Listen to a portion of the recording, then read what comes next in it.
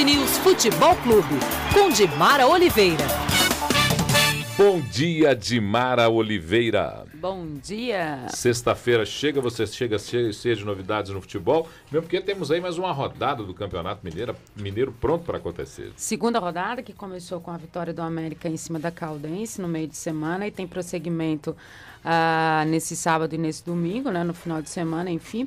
A gente vai ter Ipatinga e Funorte no Ipatingão, tem Atlético e Tupi na Arena do Jacaré, Uberaba e América de Teófilo Otoni no Uberabão, Vila e Cruzeiro no Castor Cifuentes, esse clássico super tradicional, né?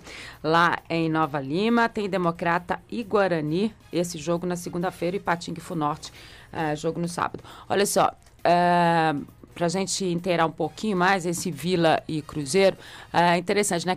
Aquele jogo em que o Cruzeiro foi campeão mineiro em cima do Vila, aquele que é o recorde, 132.834 pessoas. Acho até que tinha mais, né? Porque a gente estava lá, estava complicado. E aí, lembrando que o Wilson Gotardo foi quem levantou a taça de campeão mineiro, que hoje é o técnico do Vila Nova. Então, assim, um clássico cheio de histórias, né? Cheio de muita tradição. A gente pode dizer dessa forma. Claro que o Vila Nova, né, as pessoas falam assim, clássico de Mara, mas o Vila nos últimos anos está brigando para não cair.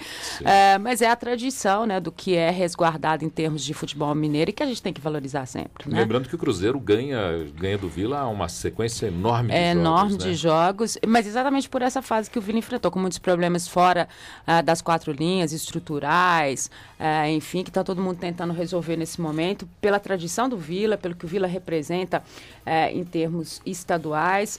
Então, tomara que o Vila consiga se reerguer na situação. Ele que empatou na primeira rodada com o Tupi.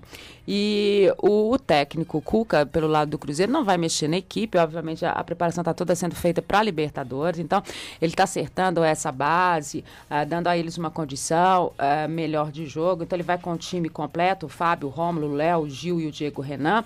O Pablo, porque todo mundo sabe, o Marquinhos Paraná está contundido, o Fabrício também, que são jogadores importantes e que é preciso ter essa composição de meio para que o Cruzeiro vá para a Libertadores. Então, a preparação está sendo toda feita para que eles ganhem condições para o jogo da Libertadores. O Henrique, o Montijo e o Gilberto, o Thiago Ribeiro e o Wellington Paulista. Esse é o time do Cruzeiro para enfrentar o Vila Nova. Lembrando que o torcedor está preocupado aí com a chegada do Vitorino, quando que vai ser, né? Porque o Cruzeiro está preparando aí uma grande festa. As informações do Cruzeiro agora é o seguinte, não vai ser necessário ninguém do Cruzeiro ir buscar o Vitorino. O Vitorino vem sozinho, será que ele sabe o caminho? Deve saber, né?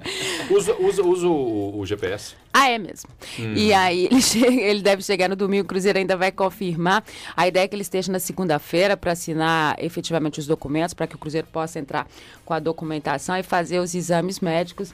E depois é o seguinte, né? Muito amigo do Montilho. O Montilho até acabou revelando ontem que quando ele foi para a Universidade do Chile, ele praticamente chegou numa noite e jogou no outro dia. Então, a gente estava falando dessa questão da adaptação do jogador. Parece que ele, como o Montilho, que também chegou e já jogou, não vai ter esse problema. O Atlético tem um problema. A Hever se machucou ontem no treinamento. É uma preocupação sempre, mesmo com o Hever ontem tuitando, né, porque isso agora virou moda, ele tuitou para os torcedores do Atlético e disse, não é nada que preocupe, então já melhorou a situação, né? Mas a grande novidade no coletivo que o Dorival Júnior comandou ontem foi a presença do Magno Alves no ataque. O que significa isso? Significa que realmente as observações que o Dorival vem fazendo e que fez depois do jogo em Montes Claros funcionaram, né? Porque realmente quando o Magno Alves entrou, o próprio Mancini, o time deu uma melhorada, né? Na qualificação técnica, na ofensividade, melhorou a movimentação. E aí a gente pode dizer que, pelo menos no coletivo de ontem, o Jobson perdeu a condição de titular. O Dorival deve fazer a confirmação desse time, então, que se tudo correr da forma como está se esperando, vai ter o Renan, o Patrick, o Hever, se recuperado, se realmente não foi nada, o Erley e o Leandro, o Richarlison, o Serginho, o Ricardinho, o Renan Oliveira, o Magno Alves e o Diego Tardelli. Ontem havia expectativa também que o Diego Souza pudesse entrar nesse meio, né? Diego Souza que vem se apresentando muito bem aí nos treinamentos, mas a princípio ainda não é dessa vez que ele realmente vai ter essa condição de jogo, ou sendo a opção do Dorival como titular.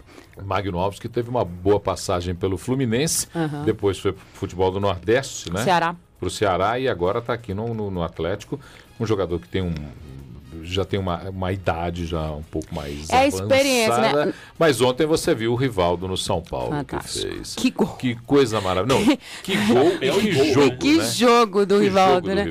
Quem ontem. sabe não tem jeito, né, Paulo? E eles vão continuar fazendo a diferença por aqui, porque esses jogadores que vêm com essa condição do Rivaldo, né? E a condição física e técnica, porque ele está muito bem fisicamente. Aí você pode avaliar esse futebol. Não é o caso específico, ontem a gente falava do caso do Ronaldo Fenômeno no Corinthians, porque eu até pedi no Minas Esporte para eles congelarem o rostinho pequeno de Ronaldo.